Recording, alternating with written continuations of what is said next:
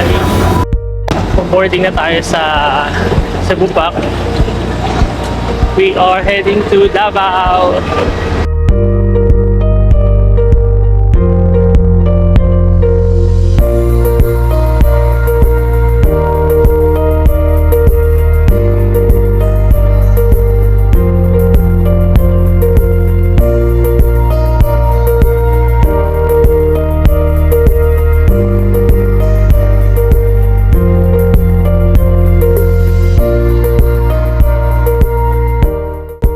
Hello guys, nandito tayo ngayon sa Davao City pero sasakay tayo ng barko para tumawid ng dagat papuntang Samal Island. So ito na yung, this will be the start of our new adventure. So atay nyo ang aking vlog.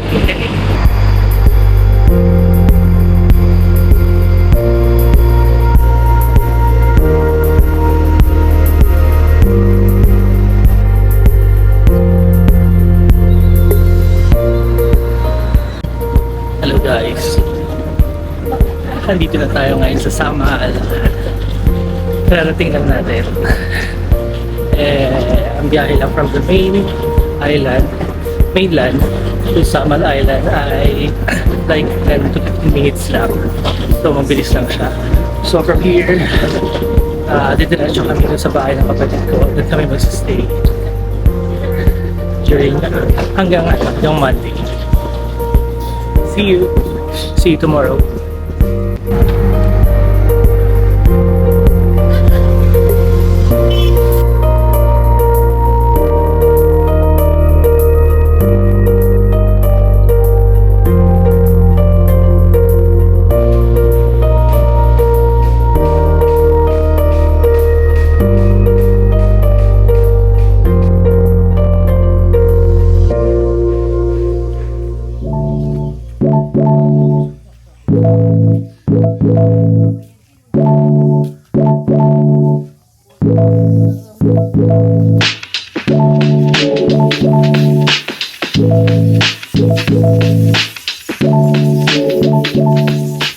Nandito tayo ngayon sa Samal Island.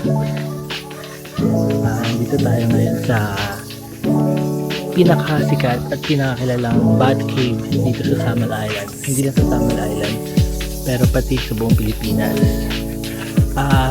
Last 2006, an estimated of 1.6 million fruit bats ang meron dito. So, ibig sabihin dahil 2006 pa yon, according sa nag-lecture kanina, more than 2 million bat fruits na ang nandito sa cave na to. Karoon lang tayo ng quick tour dito sa area na to, pero mamayang gabi babalik tayo ulit dito ng mga 6 o'clock dahil magkakaroon sila ng tornado formation. You heard me right. By 6 p.m. lahat ng bats dito sa cave na to maglalabasan dahil maghahanap na sila ng mga pagkain. So sabay-sabay sila maglalabasan dito at they will form a tornado formation. According to them, nagpo-form sila ng tornado dahil para matakot yung mga predators sa kanila pag lumabas sila at hindi sila kainin. So see you mamaya.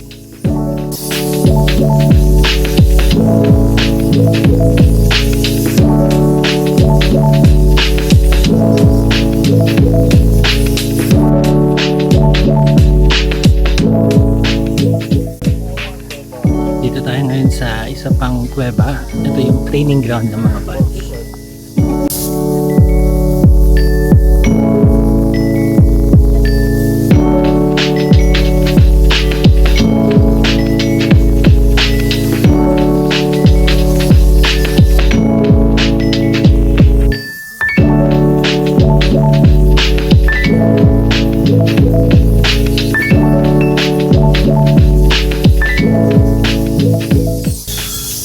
Lahat ng mga mother and child na bats andito, tinitrain ng mga mother bats ang kanilang mga kids, ang kanilang mga supling, how to fly, how to feed themselves. Saka ito yung cave na pinakamaingay sa lahat.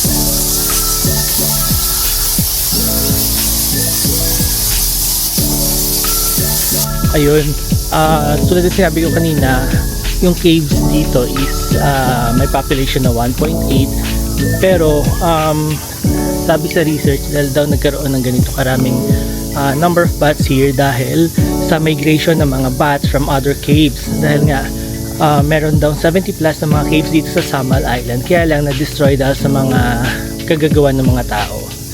So as of now, meron atang 3 to 4 caves na lang na existing dito sa Samal Island. So lahat ng mga bats from other caves nagsilipatan dito sa caves na to dahil they feel safe and secure dito sa caves na to. So kaya dumami ng ganun. And then di naman ganun kabilis ang production ng mga bats. Nanganak daw sila once a year. One bat once a year. So napaka-imposible daw na dahil sa panganganak ng mga bats dumami ng ganito. Kaya sila dumami dahil sa nagsilipatan ng mga bats dito sa area na to. Pero mamayang gabi babalik kami dito ng mga 6 o'clock tulad na sabi ko kanina, dahil magkakaroon ng tornado formation ang mga bats.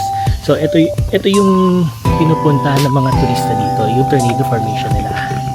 Saka sana hindi umulan kasi mas maganda daw yung formation ng mga bats kapag walang ulan. Ma-appreciate mo daw lalo na kapag bilog yung buwan. According sa nag-discuss kanina, meron daw mga mangingila na mga giant foxbat dito, umaabot daw ng 4 feet yung wingspan nila. Meron din daw na 6 feet, pero ang pagkakaintindi ko is wala dito sa Samal Island yun. So sa mga gustong pumunta ng Samal, don't forget na puntahan tong bat cave ito at i-experience nyo yung tornado formation ng mga bats.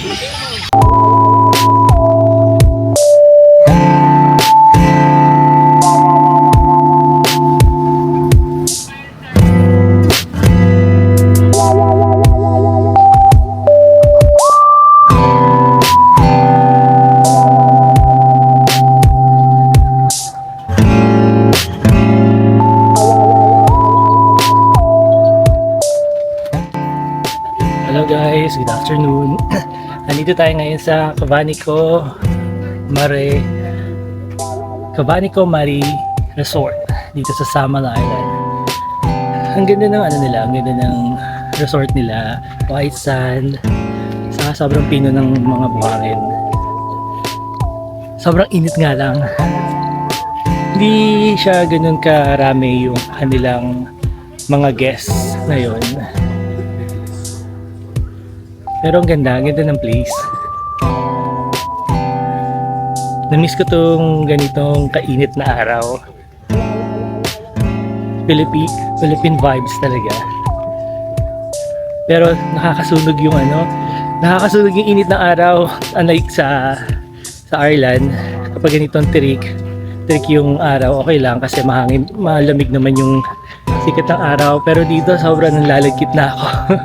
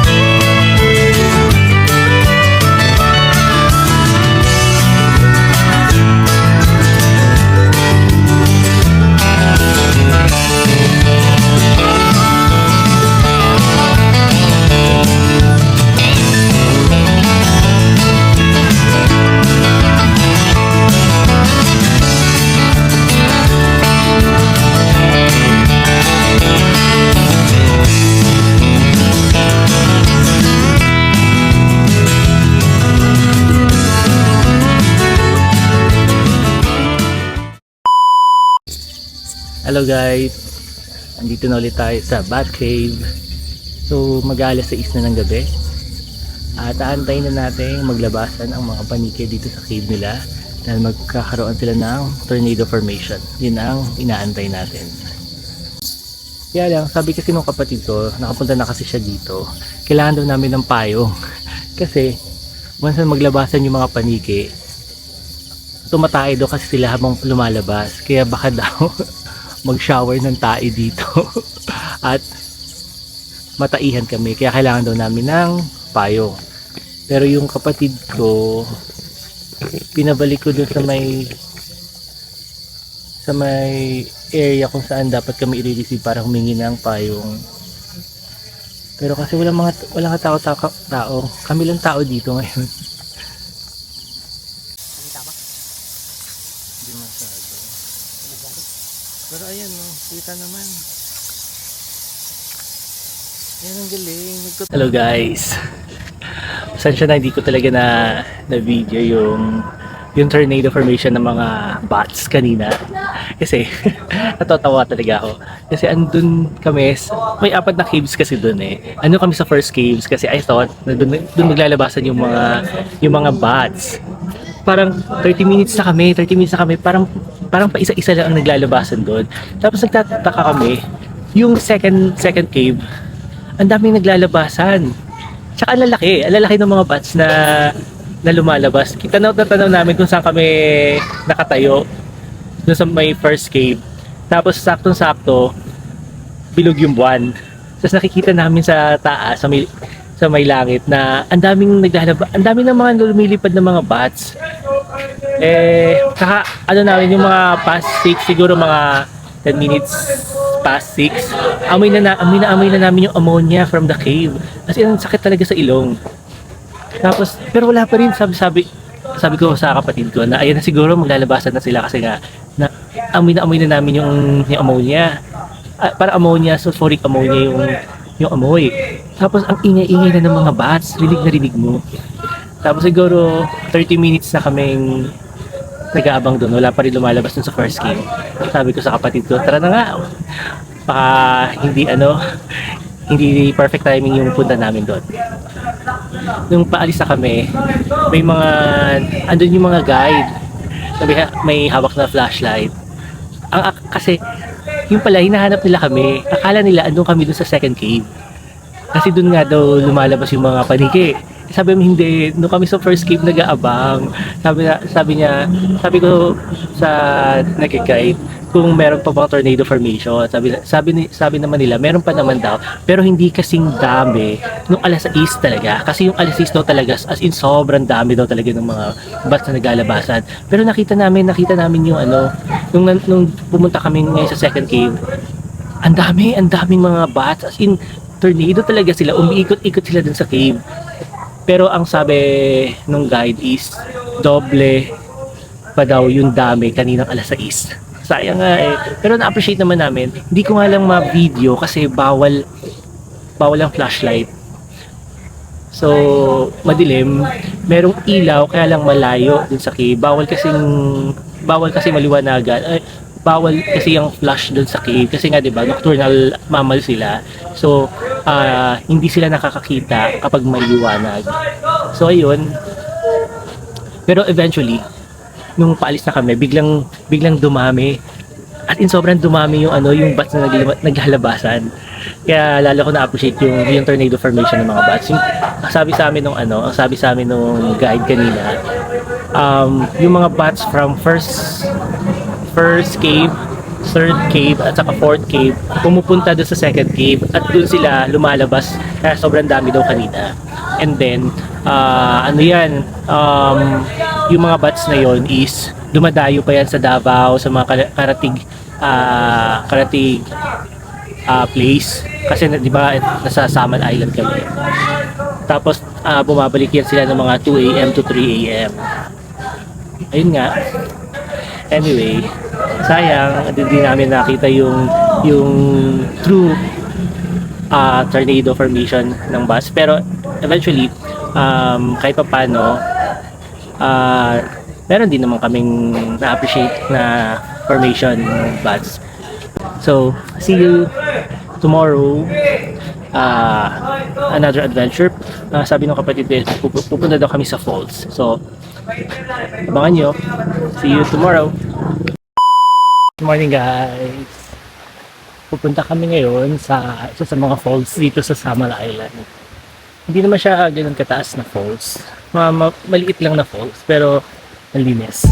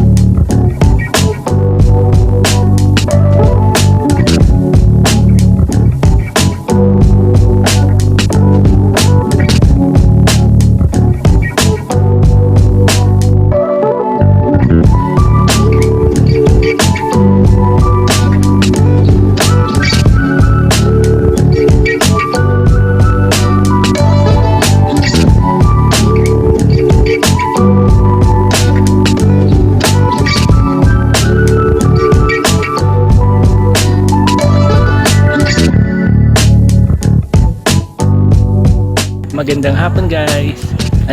Ay katatapos lang natin kanina maligo sa falls.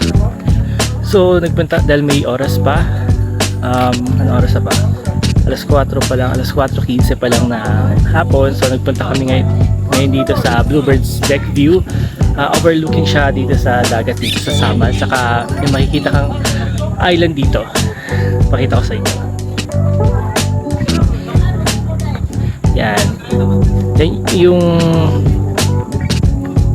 Yung itong nandito sa kanan, ito yung Wishing Island, tapos may island siya dito sa kaliwa. Tomorrow pupuntahan natin yan dahil mag-island hopping kami tomorrow.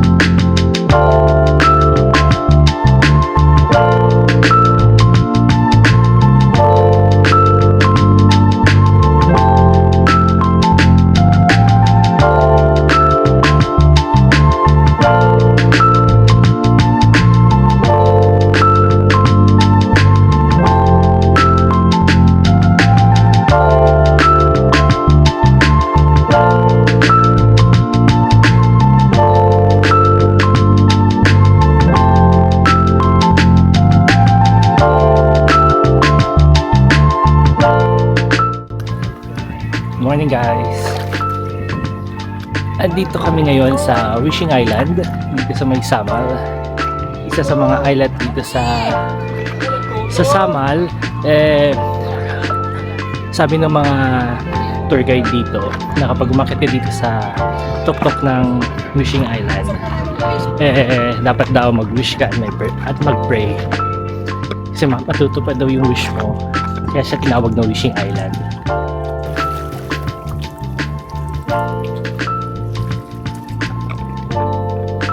Trakya tayo.